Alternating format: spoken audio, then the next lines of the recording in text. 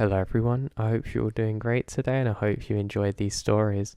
Make sure you check out my Patreon if you want to support my channel and for early access to my stories, and make sure you check out my podcast in the description.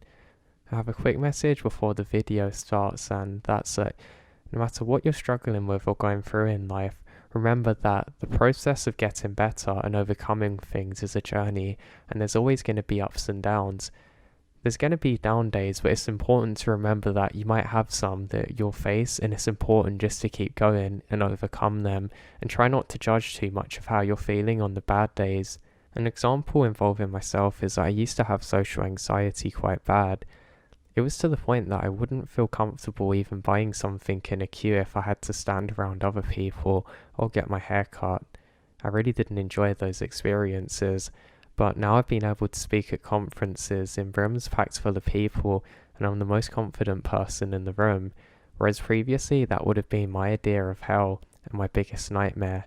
So I still have the odd day where I feel more anxious socially, but they're very few compared to what they used to be, and if I do have one, I just accept it and keep going. So hopefully that can help some people. I hope you enjoyed these stories, and I'll speak to you all soon. Take care. Now, in my later life, I ended up starting work as a ranger. Well, to be specific, I was on the fire lookouts most of the time, but with my job I had to alternate what I was doing. I'd like to share an experience from my past though that I haven't really been able to put my finger on. I've seen one or two strange things during my later life, but nothing really compared to this, and it's something that stayed with me. I never shared my experience with anyone because I was worried about being ridiculed, but I'd like to share it today. I'm somebody that used to go out into the woods a lot when I was younger. I used to do it more for fitness, to be honest.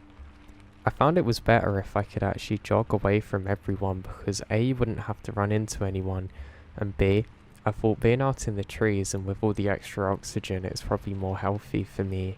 And I've also done some research, well, at least I did at the time, to say that when you jog in the wild, you can also go across some better terrain, so apparently it's better conditioning and everything. Now, I didn't live very close to these areas, so I often had to hike over to them. It was okay though, I didn't have an issue with it. I found it to be a great time to clear my head. In fact, most of the times that I actually went jogging like this, it wasn't my original plan. It was instead something that kind of ended up just happening, you know. I'd go quite far, get close to where the forest started, and suddenly I'd want to jog. And I did this on this particular day. Now, I decided not to jog immediately. Where I was, the terrain was pretty rough going, so I knew I was in prime area to twist my ankle. I'd actually done that before playing some sports, and it's never really been right. It can kind of go really weak suddenly. So if I was playing a sport and somebody tried to put a tackle in, I could suddenly fall to the ground and I didn't have much I could do about it. So with this in mind, I was being very cautious, just taking in everything. I thought I knew where I was going too, because I could see moss on the trees. Now I know that doesn't actually work really, but at the time I was convinced it would point north, so I kind of always thought I had a good sense of direction. The trees in this area are large and full of life, and that was a good thing. I was kind of walking across a hill at this point within the forest. It meant that if I fell, I could actually fall quite a long way down, and the trees also rose on my right side. So basically I didn't really want to jog here because I'm sure if I fell I'd get knocked out if I hit my head on a tree or who knows what. Now while walking, I noticed there's lots of wildlife around me that I haven't really noticed before. There's a few tiny birds that keep appearing on the track ahead of me, but they look pretty cool. I was worried that they were giant insects, but luckily it wasn't the case. For whatever reason, on this particular day, I decided not to jog immediately, or thereafter. I just decided that it's probably best if I walk and take in everything. I'm someone who likes to have deep thoughts. I realise now that I definitely overdid this, and was probably driving myself a bit insane with this process, but at the time it didn't really matter, because it was what worked for me. Now, I didn't have that many good friends in my hometown. You had kind of like associates, I guess you would call them, but not the kind of people who would help you if you ever needed it. I had one friend, but he was pretty weird, to be honest, and I was sort of aware of it at the time, but I wasn't able to actually leave him because there wasn't anyone else I could be friends with. I didn't realise this was stupid at the time, but it definitely was in the long run. I mean, pretty much all the time, all we would ever do is just go and watch a movie and order pizza. And there's nothing wrong with that, but when that's all you do, and you've also got someone talking rubbish about you behind your back, it can really throw you off. But I'm getting away from my story a bit much now. I come into another area where suddenly the sun pierces through and everything looks really beautiful. It was so bright it was kind of making the top of the trees appear white and the leaves almost transparent, which I thought was a really pretty thing. So I just continue on and take in the beauty of everything that's around me. I'm feeling pretty good at this point in time. Now, I come around the first bend and I realise that it levels off a little bit and I decide to start jogging. Now, I jog for a little while when suddenly I hear some people talking. I slow down to see who else is up here because I don't want to round a corner and run straight into somebody. There seems to really be no one around. I can hear lots of people talking though. It sounds like about 6 or 7 or maybe 8, but I really can't make out a word they're saying. They're speaking alright, but I don't necessarily know what language it is. It's kind of like English but different. I can imagine it's how English would sound to people that don't understand it. That's the best way I can describe it. I think, well, there's probably just a good old group of joggers out here, and I can't be bothered to go into them. Again, my aim with this was just isolation, which I know probably wasn't a good idea, but that's what I was looking for. All is going well, until suddenly, their tones of voice completely change and it sounds much more aggressive. I kid you not, I almost take my next step past the tree when I hear screaming. It really sounds like someone's being attacked or maybe even killed, and with that, I move in a flash. I guess the adrenaline and whatever hormones are associated with that take over, because I don't really have to think about what I'm doing. I keep running and running, and I almost come into a zone with it where I'm thinking of nothing else but putting as much ground between me and the people screaming as I possibly can. It really sounded like someone was being tortured. I'd never heard it before, but in this specific situation, I was certain that I just had. Now, I managed to run for about a good 4 or so minutes before I get tired. It's not easy to sprint, especially when you're not going in a straight line. I actually taste some blood and my lungs really burn at this point, and I know I have to slow down a bit. Stupidly, I brought headphones but not water, so obviously that wasn't a great idea. I ended up taking off the headphones and throwing them when they get kind of stuck around my neck. I never found them again. I was so scared though that I didn't care about ditching them like this. I thought it would make more sound, and I stop on a log that I can rest on. I remain diligently silent, yet nothing pierces the quietness around me. I start to relax a little and think, well, maybe somebody twisted their ankle or broke their leg. Yeah, it could just be that, I tell myself. I eventually think that I can hear somebody or something rushing through the trees now, and I decide to take cover. I don't call out and I don't want my presence to be known, so I quickly duck under a fallen tree. I kind of crouch over and hold my knees together, trying to keep my silhouette as low profile as possible. I'd heard about it on a military show, and I was trying to do this. Now the problem was I only had my shorts and stuff, so they could probably see me pretty easily. I wasn't really going to blend into the background that well, but it was better than nothing. Eventually I hear what sounds like somebody passing. Weirdly, it sounds like it passes straight ahead of me, but I don't see anything, and I think this is a little bit weird. I think maybe it's just some animal that was disturbed or being chased, so I think, well, I better press on now. I was just trying to get as far away as I could, and I knew that if I continued this way, there was a good chance that I could follow it around in a big kind of like circle and eventually get back to the relative safety of exiting the tree line. I was looking forward to this because I was actually starting to feel a little bit shaky. Now it's worth mentioning that I wasn't actually shaking because of fear. I was actually getting a little bit shaky because I was quite hungry now, and I must have depleted all of my resources doing this. So I really wanted to get back. I realised that I have one kind of snack bar with me and I devoured that instantly. God, it felt so refreshing in that moment. Eventually, my thoughts decide that they can settle in a bit, and the rational part of my mind takes over and says, hey, it's probably just a group of hikers who aren't from here and one of them probably broke their leg. So I was constantly waiting to hear the sirens of an ambulance or something, just to put my fears to bed, but it didn't come, however. What did instead was the realization that all of my senses are being heightened. Now, I realized suddenly that there's a tree stand not too far from where I am. I think, God, wouldn't it be great if I went up that? I think at least now I can actually get a perspective of what's around and maybe calm myself down a bit, so I make my way over there. I seem to be acutely aware of everything though in this situation, and I take a few steps up the ladder for it, and I realise that I should probably step down again. I can hear something, and I can see movement of trees and foliage moving not too far off from my west. So, I take off running.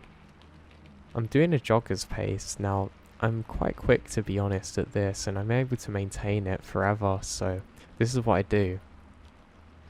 I'm not in enough of a panic state to start sprinting again, and I know that I'm not going to be able to sprint for too long, so I decide that this is probably the best thing that I can do now.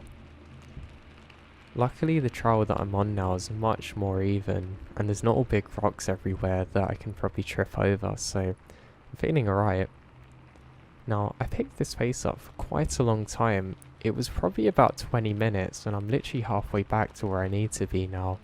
But with a quick glance over my shoulder, I realise that there's still movement.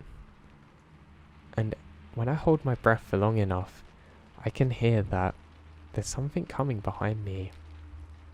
I keep up this pace, trying my very best to get away from whatever this is, but it doesn't seem to be losing me.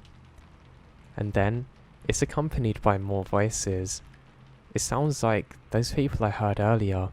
They're not speaking very often, but almost chanting. It really sounds like an angry mob is coming after me, or whoever that is behind me. But it seems like the thing behind me is latched on.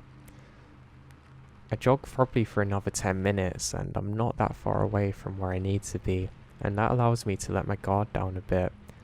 And I stop and turn around, ready to face whatever it is that's been after me. I think maybe it's some kind of crazed jogger that's out here, and they're trying to get them to safety. I just don't know what it is. But the moment I stop and turn around, like literally the second my back turns and I can see, suddenly there's nothing. Silence once again. Now I'm getting a little bit creeped out now, because I think, well, it probably wasn't no animals, but I guess it could have been, but why did they just stop? Which again makes me very aware that they seem to know where I am. Again, I could just be doing this through coincidence because of the path that I'm on, but something felt really weird. But suddenly the feeling of being followed escapes, and I decide that I should climb a tree. I know this is pretty weird to say, but for whatever reason I decide that I'm going to get a pretty good perspective of what this is, and I can probably get out of sight, especially if I can go high enough. I'm not a very good climber though, and this proves to be more of a challenge than I expected to find, but I'm able to do so. Now, eventually I make it up the tree, and I decide just to stay here to catch my breath. I think it's called epoch or something, but it's when you have oxygen debt. I learnt about it a lot later, but basically my body was trying to get rid of the carbon dioxide, which had built up from running for so long. And I think the lactic acid has set in because my calves were absolutely obliterated now. I'm probably not the best in terms of actually having muscle mass, I'm still not. And I always thought this was going to be a higher association with things like this, but it felt like my legs were just absolute jello. I tried to move my legs around a bit now, but as I do so it makes the tree make a really loud sound. It's almost like something out of a comedy special, as I realise that my stupidity is starting to make the tree collapse on itself, or at least on the branch that I'm on, and I decide not to do that. But now, I can feel it. Something has locked onto me. It's kind of like a predator about to pounce, and I'm not the predator. I can hear something coming now, and I look around, and that's when I see it. I can only describe it as a person, but not how a person should look. What I was looking at was some kind of nightmarish figure. Where the skin should be is all red.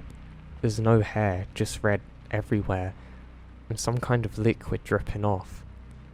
And this thing with these horrible dark eyes makes eye contact with me and starts to walk towards my tree. I suddenly grip the tree extremely tightly, and I actually start bleeding from this but don't realise it. This thing starts walking towards me. I look around to see if there's any more, but as I turn back it's gone. I didn't realise it, but I went into complete shock at this. I actually slid halfway down the tree and eventually thud at the bottom. Without thinking about it, with my bloodied hands, I crawl over to a rock and hide under it. I don't know how long I was here for, but it took about an hour or so before I snapped out of it.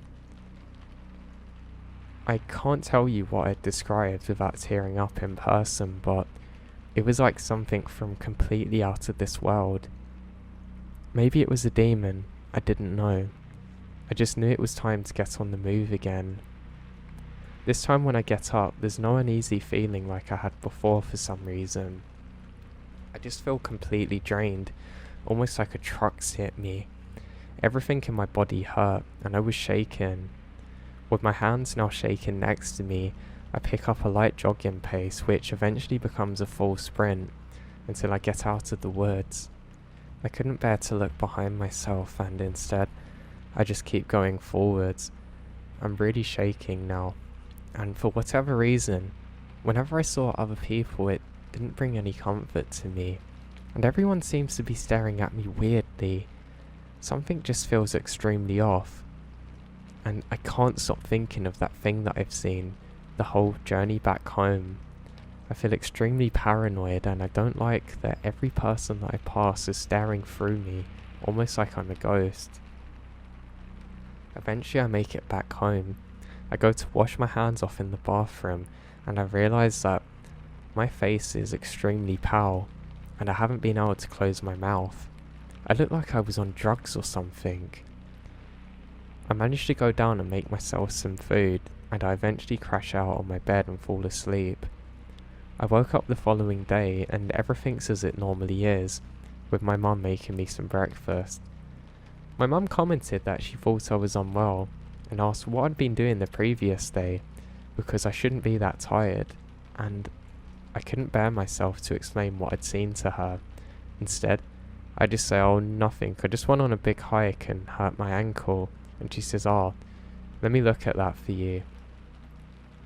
Now in this moment, I kind of go on autopilot with my replies, and I can't really think much about what my mum is saying to me. I just want to escape from what happened, and eventually, life went on, and I buried that in the back of my mind for a long time, even eventually becoming a ranger. But that thing, I'll never forget it. Sometimes when I'm on my fire watches, I actually get really paranoid that I'm gonna see that again. I don't know if anybody knows what that could have possibly been, but I'd be very interested to know if anybody's had any similar experiences to that. I can only describe it as a demon that escaped from hell and for whatever reason was latched onto me. Thankfully I haven't seen it since, but I can't be certain that I'm not going to see it again.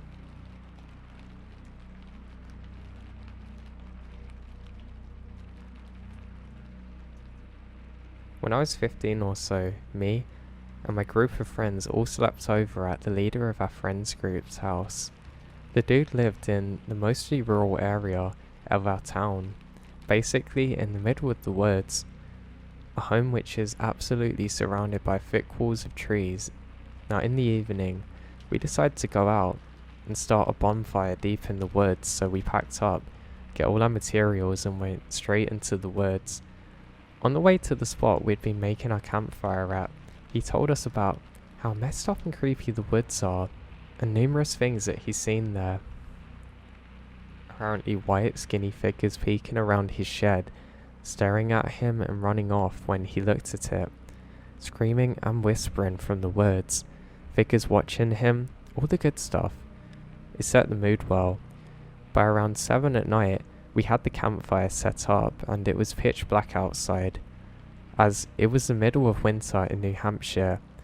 I can still remember how creepy the vibe that night was. You could not see a single thing besides a ring of light coming out from the fire. Everything else was just a black wall of nothingness, and the sound of the forest was so quiet that it was almost deafening if we didn't talk. We ended up needing more firewood or whatever we were using for the campfire, so the leader takes me with him to go and get it. Without a flashlight or any source, me and him walk the 1.5 mile long trail back to his house in complete and utter darkness. It was all good. We were talking and joking with each other, having a good time, just hanging out when the first noises start. He immediately makes me stop. To my left and to my right were a bunch of different sounds. Screaming, laughing, talking, whispering, shouting. People saying inaudible words. It sounded like there was about 20 people around us. The natural night vision had set in a decent amount.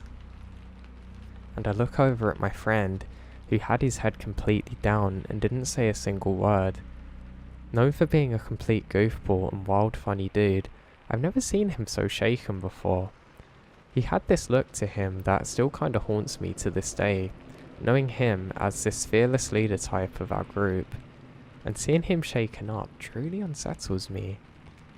I start to say something like, "What the heck is that?" before he cuts me off to be quiet, faces forward, and we're trying not to pay attention to any of the sounds.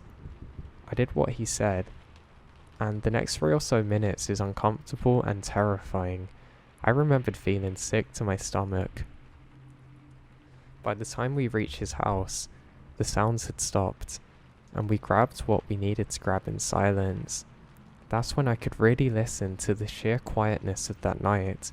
No birds, no sticks fallings, no sounds, nothing. We walked back to the campsite and nothing else occurred that night. Still the most unsettling and bizarre experience I had of my life.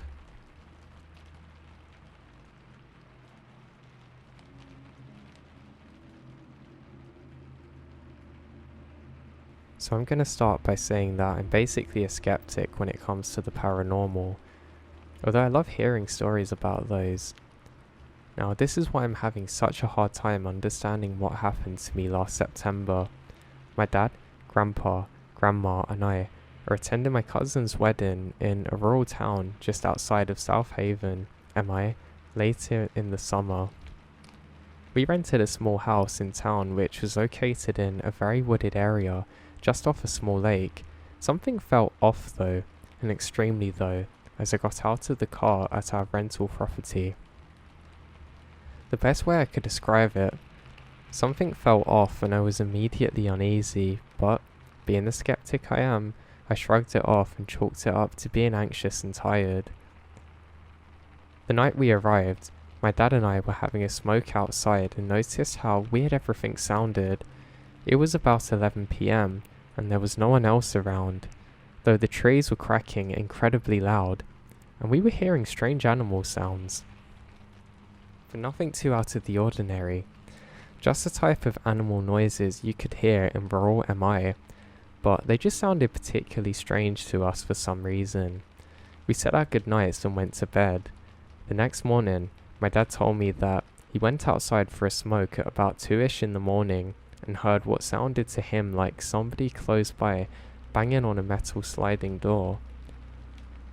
Now, he said it sounded like it was just next door, but didn't hear anything leading up to or preceding the loud banging. Nothing like footsteps or anything like that. We shrugged and laughed it off. The second night was when I heard the thing I cannot stop thinking about even 6 months later. It was about 11 PM, midnight, and I was having my last smoke of the night. My grandparents were already asleep and my dad had gotten into bed, but still awake watching TV. I was sitting on the stairs outside with my back to the house looking straight out into the yard. I then heard somebody shout my name in a very abrupt manner, loud and fast. It sounded like they were shouting towards me from the front of the house, like they were standing on the front porch shouting for me. Knowing I was at the back of the house, it sounded just like my dad, but it couldn't be him because I didn't hear the front door open or close or anything. Being a skeptic, I reminded myself to stay calm, and I quickly walked back into the house. My dad was sound asleep. There was no way by the time I got to him he could have gotten back into bed. I woke him up and said, "Dad, are you outside screaming my name?" He looks confused and said, "Of course not." I started getting really freaked out at this point. I tried to go to bed but couldn't get the scream out of my head. I was up all night trying to figure out what had happened. I was honestly contemplating leaving, getting a hotel room somewhere close by and returning in the morning. Now miraculously, I must have fallen asleep at around 3 AM. We woke up the next morning and I was ready to get out of that town. As soon as we left, the uneasy feeling that I had the entire week just disappeared. When I returned to work the next day, I told my co-worker about the weird experience I had and her face immediately dropped. She proceeded to inform me that this is quite common in the Appalachian area. This can be cryptids or other kinds of creatures. Apparently, they try and get your attention by mimicking someone close to you, and when you look at them, they try and take you. But I was in Michigan. I tried to look up info about the town I was in, but didn't find anything remotely interesting.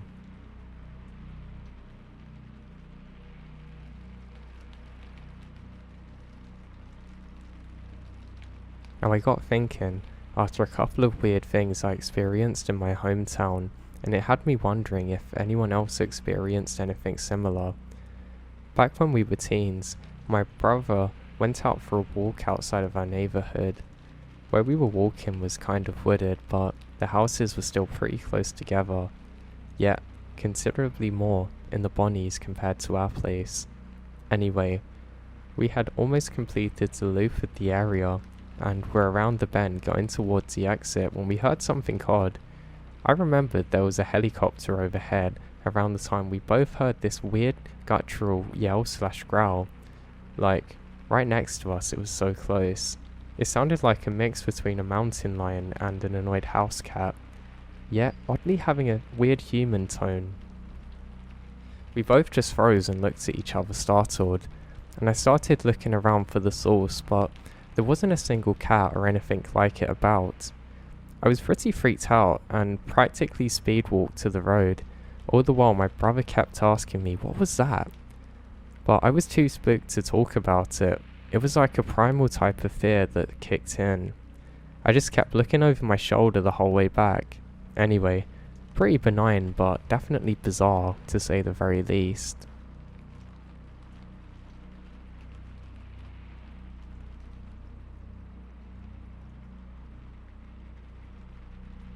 This event happened to me and a friend one afternoon when I took someone from out of town that I had invited to go out hunting.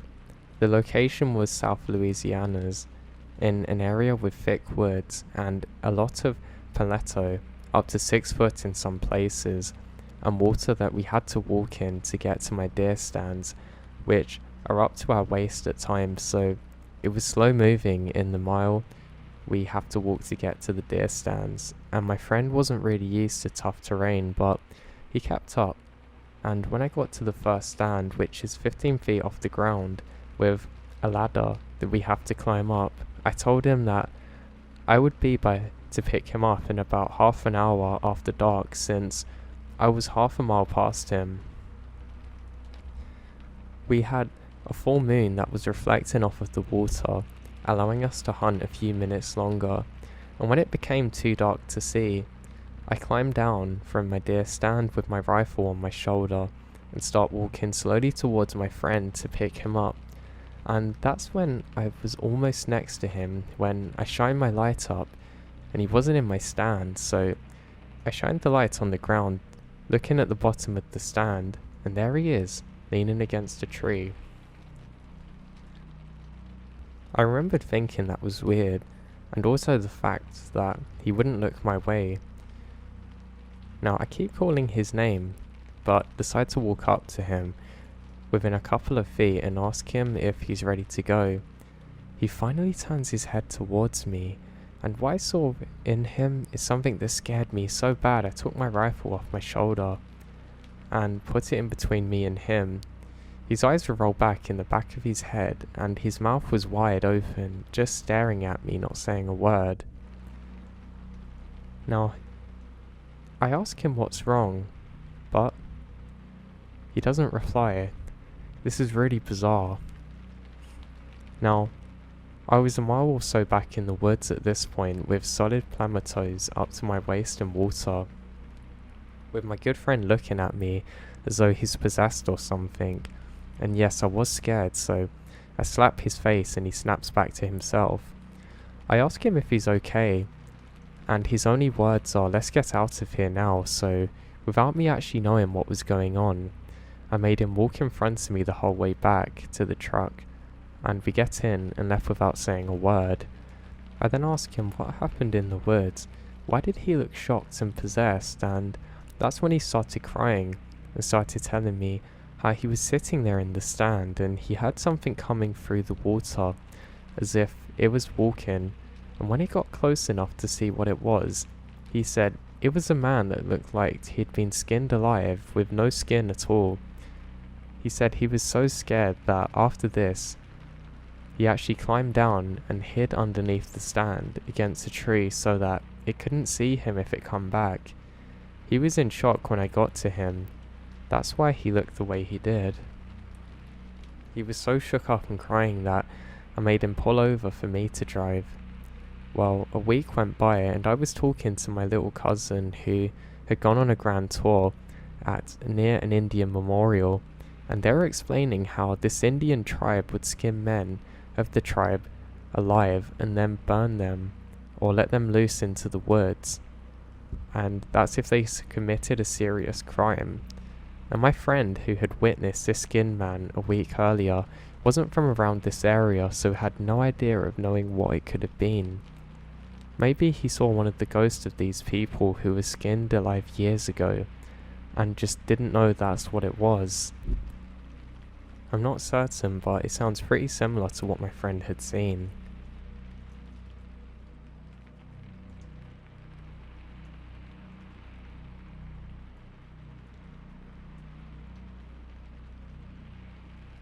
Now I want to share an account of bizarre series and events from in my childhood. Now when I was a kid, I lived in Clinton, TN. Both parents worked full time, so I was often sent over to stay with my grandparents, who had a plot of land in the vicinity of, but not right in, Mosheim near Greenville. Both of them had been in Eastern TN for their whole lives, and that area for a good number of years. They had established at their hotel for some decades before the story, and the remainder thereafter for some good time. Recently, I had reason to turn to that area, TN, after having spent the majority of adult life in MN.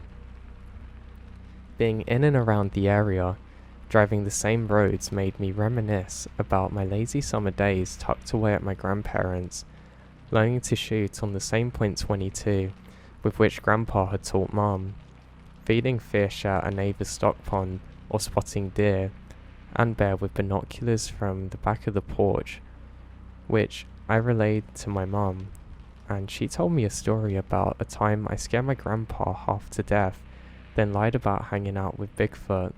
At first, I had no idea what she was on about. I then remembered exactly what happened with startling clarity. New context given by the childhood experience that adulthood provides. And no, this isn't Bigfoot or a cryptid. Before we start, some information about my grandparents' land. Their house was on a small hill surrounded by a grass lawn. The lawn gives way to a smallish hayfield, then the wood line. Those woods lasted for a good half-mile to either side of the home, and a good several miles back. I hated the hayfields because it was too pokey to play in, but I liked to hang around the creek that ran behind it. To get there, I would have to walk the edge of the property just in the woodline to avoid the hay, while my grandparents have the only rules, which are to stay where I could see the home. So, inside the home they could see me. I was to take a whistle with me too wherever I go. Now, I didn't take the whistle, seeing it as a badge of regrettably young age, and the best part of the creek was out of sight of the house. That was the only stretch where it got deeper than my knees, and thus the only part I could swim. Naturally, I spent much of my time in the water splashing around, skipping stones and being a kid. One day, I was playing in the creek when I noticed someone. It was a man, a stranger on the bank watching me. He had long hair, a beard and pale skin that was so dirty it was stained. I could not tell his age, and simply thought of him as old. I have no better guess now, as he was clearly way over the years of hard living.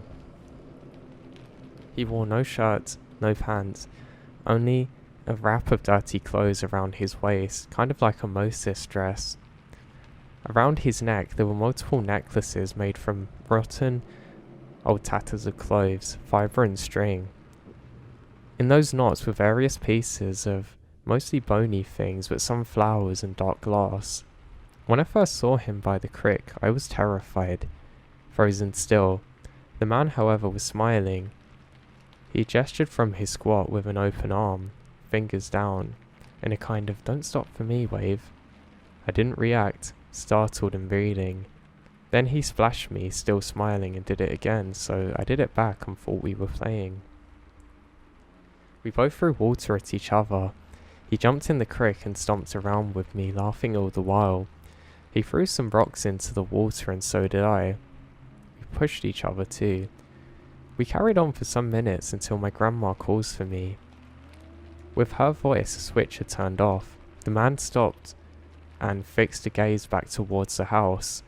Then, as my grandma kept on hollering, he looked at me, crept back onto his side of the creek, barely disturbing the water, then slid into the brush, completely silent while holding my gaze the whole time.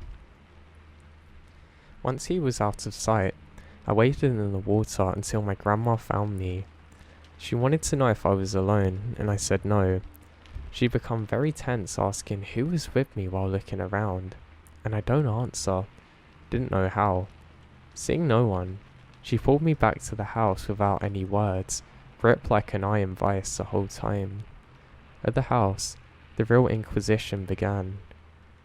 I didn't really have new words, and the event and this reaction overwhelmed my ability to explain. Such silence further irritated my grandma, and I was swiftly placed in a corner, held without bowel, awaiting partial judgment. Around an hour later, my grandpa came home from work. He was told about my carelessness and was ready to get me in trouble, it felt like. I told him about the man and how he dresses like Moses, how we played and then he disappeared. I remembered they digested this for a few minutes before sending me to my room. I was happy to go. And happier still, my grandpa didn't yell at me like he usually did if I misbehaved. Later, I was brought out for dinner. I ate at the kitchen with my grandma, but my grandpa called me to the back porch. He's on the swinging bench, looking out over to the horizon, which is now turning red by the setting sun. He kicked off his boots, which are next to his shotgun. I knew that was odd for the gun to be out of the closet. Previously we had used it in shooting bottles, but somehow we would always throw them and capture them like they were clay pigeons with the gun. The escapades were accompanied with speeches about how the gun was dangerous and only for adults. He went through my story again, his tone deadly serious, eventually asking me how hairy was the man. Really, I told him, thinking it's the right answer. He asked where. I told him everywhere like a bear. He ruminated on this and I grew more nervous, worried I'm in trouble. Or at least causing trouble. Just wanting the trouble to end. Now, so he finally asked me to swear in the name of Christ and on my mother that I was telling the truth about everything. I said I'd been joking. He finally yelled then and sent me to my room. The family memory became that, and they were saying that I hid by the creek and made up a tale about Bigfoot. At the time, everyone was very upset with me and I was actually forbidden from going back to the creek or anywhere out of sight. They actually enforced this rule. Now, every so often though, for a time I didn't go to the creek. In my memory, I stayed away for a very long time, but I'm sure that it was only a few days. The hiatus feeling interminable to my elementary age self. When I did start going to the creek, I took a bunch of toys, mostly Godzilla and a fixed stick, plucked from the woodline on the way. Now, I think I was conflicted about what to do if the man came back, imagining either impressing him with my toy collection or clubbing him, or both in turn. When he did show back up, he appeared next to me, as I dozed under a tree on my side of the creek. I was once again gripped with terror. He was not smiling, his face expressionless as he lurked behind me, having watched for who knows how long, before eventually I smell him. Now, eventually he crouched and started to look through my bucket. I remembered becoming indignant as he examined my toys one by one as he tosses them into the dirt. It became too much and I started to lecture the man, telling him about how he got me in trouble, how he stank and how weird he is. At some point, he refrains from looking through my things and calmly watches my triad, face still neutral, eyes analytic. Once I concluded my lecture, I sat back under the tree to pout, having become hot from the sun. I remembered the man made a noise, a kind of snort, and when I looked over at him, he was chuckling while he inspected the last few figures in my bucket. I wanted to laugh too, but he was more weird at this point. Once everything was out of the bucket, he finds a Ghidorah and puts it back in the bucket. He then stood to his hunched fullest, took the bucket by its handle, and began to make his way back into the woods. I stayed by the tree until he returned. He said something. It was not a word that I knew or know, and gestured with a forwardish sweep of his hand. At first I didn't comply despite knowing he wanted me to follow. After a few moments he yiped, clicked his teeth, and gestured again more emphatically. With this further prompt, I did get up and come along, the man making approving noises and putting on a smile again. We went deep into the woods. The man led, but was naturally quicker and quieter, making it hard to keep up. Eventually, he would stop when he lost me, knocking on the trees with sticks and whistling rhythmically so that I could find him in the vegetation. He never came back for me, opting instead to guide me forward with noises. I become lost, only having a vague sense of where my grandparents' place was. After some time, maybe 15 minutes later, we come to a board. The man had me wait there, indicating by patting on the ground, before going into the tree line alone. He returned from a different direction pulling a sled. It was made from half of a discarded plastic drum and lined with small pelts and smooth bark. On the back half rested the fly-covered carcasses, squirrel, opossums, and other critters. savaged into anonymity. Now on the pulling end were pouches that were tied into place on the same electric cordage that made the guy's necklace. He put my bucket on the sledge and tossed Gideon in a pouch. He then made this sound and beckoned a wave. I saw the sledge's pouch had many odds and ends. There were some mushrooms, dried salamanders, mill bits, glass fragments. From one, the man pulled a square made from bound sticks together, just big enough to slip over my wrist. From another, he pulled a piece of fool's gold and a small shard of geode crust with a bit of a purple crystal.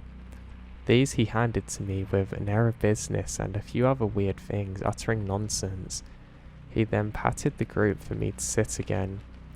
I did so without much bewilderment, understanding we traded the same as exchanging Pokemon cards at recess.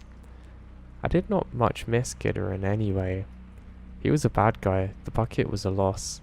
In retrospect, I think he chose Gideon because its dull gold scales resembled something valuable. The bucket for its obvious ability to hold things. The man came back and gestured me to follow, slapping his thigh. I did this readily. During the hike, I tried my best to keep up and pay attention. I did moderately well, having to whistle over a few times. I did notice that our path was not straight. This man led me one way and then another, making turns by the lay of the land. We eventually came out by the creek, but from a different approach than we had left. I could hear my grandma calling for me again, not from up on the hill, from out in the field. The man would not cross the creek, but pushes me to do so, and I did, but did not go to my grandma. Instead, I crept back to the house and around on the opposite side. Then I laid there in the shrubs up by the front door, pretending to be asleep where I was found. I swore I'd been there the whole time when I was sent back to my room. Now, I had my fool's gold, crystals, and charm in my bedstand table for safekeeping. The next day, I went back to the creek to pick up my toys. The man was not there. However, throughout the summer he did visit me again to sit under the tree or throw rocks at water, yarming softly to himself. I would bring snacks and candy to share, and he would likewise give me weird things like dried meat. He seldom visited long, and never splashed and whooped like he did on the first meeting. At this point you may be wondering why this is here. Well, there are two more occasions I wanted to account, one gruesome and one awful. The event one occurred near the 4th of July. I had brought 2 boxes of bang snaps to the creek. The man was initially wary of the little fireworks, but quickly came to appreciate those as miniature pyrotechnics. He took the box I gave him gratefully, even taking the empty box, like for wood shavings or whatever. During the use of one of the bang snaps, I had scared a turtle into the water and to the opposite side of the bank. It sat there watching us from afar. The man, after stowing the bangs in his bucket, notices a turtle. With little thought, he scooped up a smooth stone and threw it with force and accuracy into the turtle. He then waded over to retrieve it, which struggles meekly in his grasp, one leg knocked clean off. On the my side of the river, he took some things from my bucket and another stone. Now one side was rounded and fit in his hand. The other came with a flinty cut edge. Working with deft experience, the man actually chopped up the turtle, taking the shell off. The thing struggled and unfortunately and obviously passed away. Now, the man rinsed the shell and offered it to me, and I was horrified and ran. That evening, I came back to shuffle the dead tortoise into the water, but I can't find the shell anywhere. However, this did not deter me from going to the creek, or the man from visiting again. However, sometimes he would try to call me away from the creek with thumps and whistles. I would tell him that I heard him and refused to move. On some occasions he would join me, others he would leave. The last time we met, we were sitting under the tree sharing cowtails. From the woods, there came whistling and the knocking of a woodpecker. The man looked up and whistled back. There were a few more such exchanges before he stood, collected his bucket and beckons me to follow. I was curious and felt comfortable with the man as he guided, so I did as asked. He took me back to the board, a direct path this time, periodically stopping to call or respond to the others in the wood. Waiting for us at the board was a woman and a child. The woman's actually dressed the same as the man, topless, wrapped at the waist. She was dirty with long wiry hair. The child was in a similar state. The man sat on the ground and the woman joined him, sitting on his lap partly, but leaning forward so her elbows rested on his crossed knees. She had dark brown eyes fixated on me. The child would not look up. I don't know what to do and didn't speak. The kid lifted their sack to wipe their nose. I then hear a drum, and the man made a noise and drummed on the woman's back.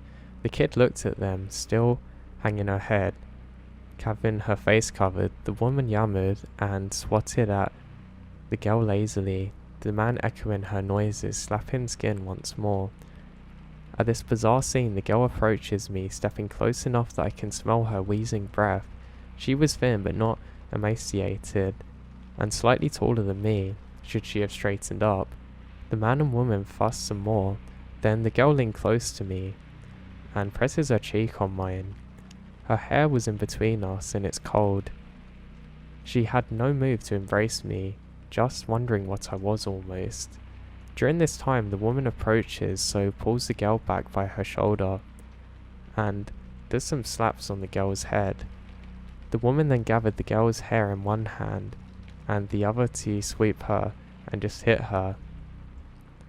Now, one side of her jaw was bulging out, smooth skin over a lemon-shaped bump.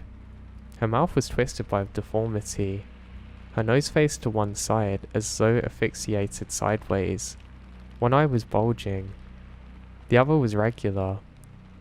Now, the woman gave the girl's head a little shake, spat on the top, and then smiled. I then ran. There was commotion behind me. I think the girl was pushed to the ground, but I didn't look up. My flight ended at my grandparents' house. My absence is unnoticed. I chose not to tell anyone what had happened, wanting to forget, not wanting to get in trouble, not thinking about the girl, the couple, what was intended for me. I spent the August inside. Whenever I visited my grandparents, I begged not to be taken, claiming it was boring and lonely out there. Sometimes while I sat on the porch or went to the car, I'd catch the sound of a bird call, and I'd hurry back inside. My grandma could tell something was off with me and made an effort to entertain me in town. My grandpa cared in his own way, involving me with his errands, and he'd never done this before. Eventually school started. Classes and friends eased me away from the thoughts of the dirty man and the people in the clearing. Time did the rest. I think now that all of the people in the clearing were of a family, but their features, white skin, brown eyes, brown hair, are common enough that they could have been unrelated. I'm sure they lived together. They knew each other's signals, they used their own words. I know that the Smokies are full of tales of feral people, wild men and superstition. I also know that there's a lot of fool people living in unlikely ways and places, and that those people call the woods their home. Now, the thought of a human connection, even in a recluse area, is definitely something not too foreign. I just don't really know what to make of all of this.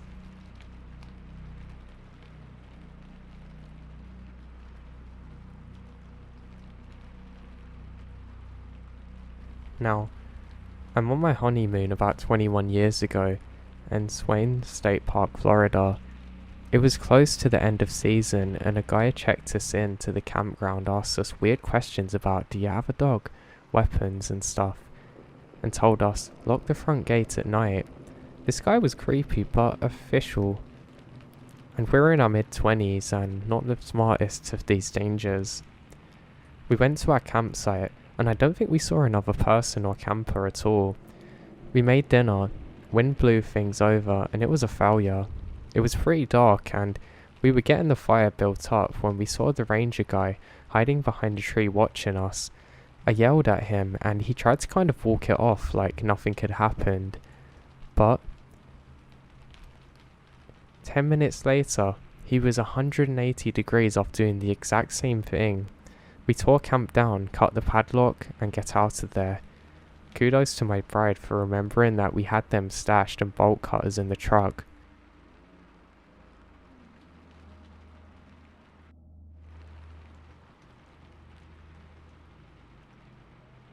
This is my dad's story, but when he was a kid in the 60s, he was in the Boy Scouts and would go camping with his troops in the Appalachian Mountains.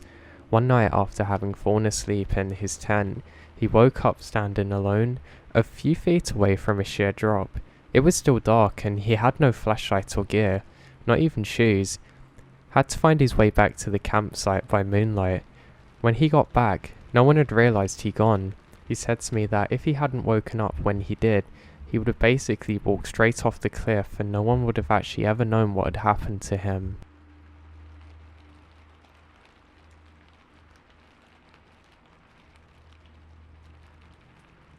I had a paranormal encounter when I was camping with a few friends in the Okanagan Falls, British Columbia, Canada.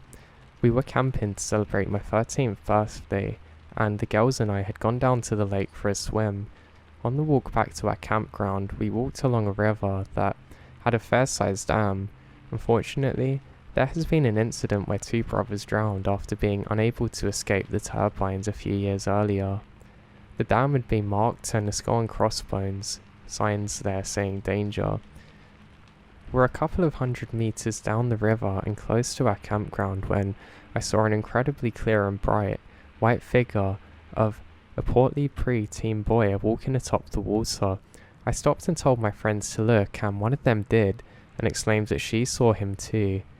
The others covered their face and was really scared. We watched for about 10 minutes until he faded away.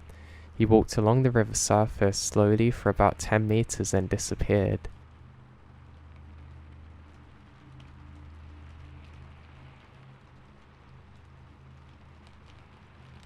I was detecting at a World War I battle site where lots of men had lost their lives. I was all alone in the forest. It was a calm, warm day, when all of a sudden, a strong blast of wind hit me, like all of the trees in the forest suddenly start to shake, and I got a terrible sensation of being watched, and I was constantly turning around. After some time, I got that get out of there feeling like something didn't want me there, and I ran as fast as I could.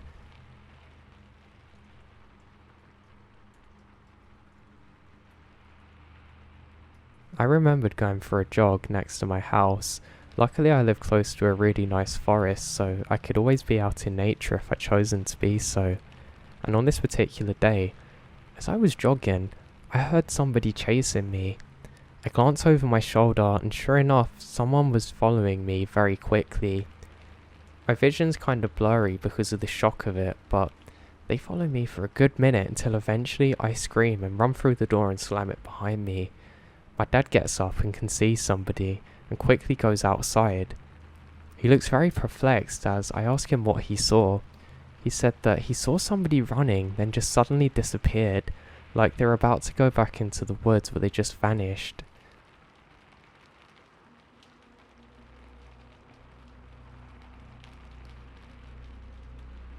I'd been out on a really nice little solo holiday. I was up in a beautiful cabin. I woke up to strange knocking on the doors at night, but every time that I opened the door to see who it was, no one was there. When I wake up in the morning, I get a fright. I can see the silhouette of someone. I think, wow, maybe it's one of the neighbours coming to see me, and open my door.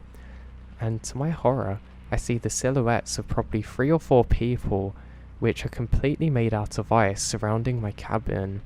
They're all in different positions, like they're about to get me. I don't know if you've ever seen the Weeping Angels on Doctor Who, but it looks exactly like that.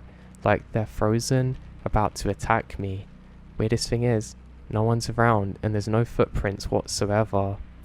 I still have no idea how they got there or why they were there.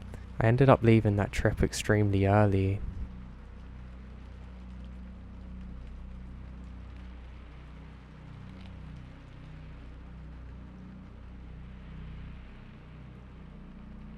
I remembered one thing I saw while working on the trails. It kind of haunted me a lot, especially because people were so casual about it. I remembered somebody said, hey, are you a ranger? And I said, yeah, what's wrong? And they said, well, my dog keeps looking at this tree weird, I think you should investigate it. So I go over and make my way to this tree that they keep on going on about, until I see it. Probably about 50 or 60 feet up into the air is a carcass of an animal. It's pretty much bone dry, almost like it had been fleshed out, and only the bones were left. How it got up there, I never knew, or was able to ever find out, and it's still the weirdest thing that I've ever seen in my life.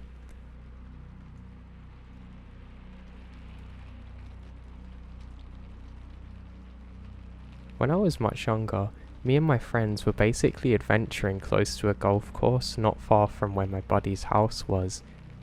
We'd always go over there at night until, crouched from behind a bush, we could see the tops of some torches, then another, then another. We counted about 20 in total and realised that there's people dressed in robes all walking in the same direction into the forest that nobody ever usually goes. There's nothing around there. We watch them terrified until eventually we decide that we have to make a break for it and run back home. I still have no idea who they were to this day.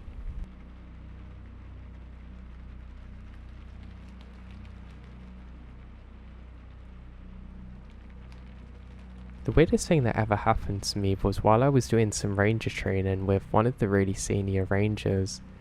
We were walking along and he said, "What did you say?" I looked at him confused and said nothing. Then he looks at me terrified. It only lasts for a few seconds, but he snaps out of it again. We walk a little bit further down and suddenly I hear my name being called by the ranger and I say, "What's up?" He looks at me and says nothing, and we continue on. Then 10 minutes later I hear my name called out again. I report it to the ranger and he doesn't say anything but quickly turns around and